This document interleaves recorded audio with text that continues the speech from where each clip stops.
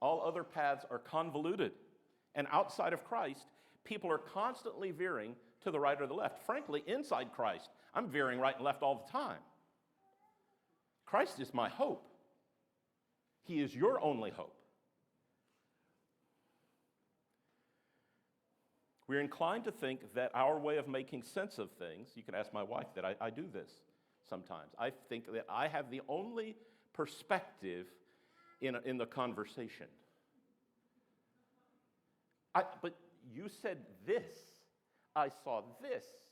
I heard. If you're married, you probably can relate. Maybe if you have a roommate, you can relate.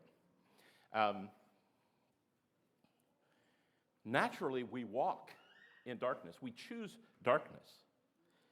There was something written way back in the late 1st century or 2nd century called the Didache, sort of the teachings of Jesus to the 12 apostles.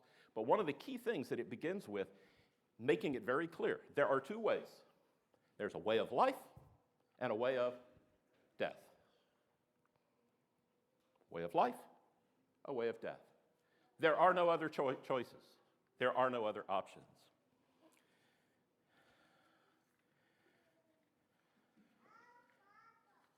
So our first point there was identities are clarified. God makes it clear there are two ways, and either you're in the way of life or you're in the way of death.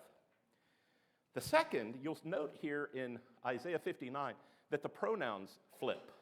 They change. Pronouns switch. So now we have a personal assessment. Look at verse 9.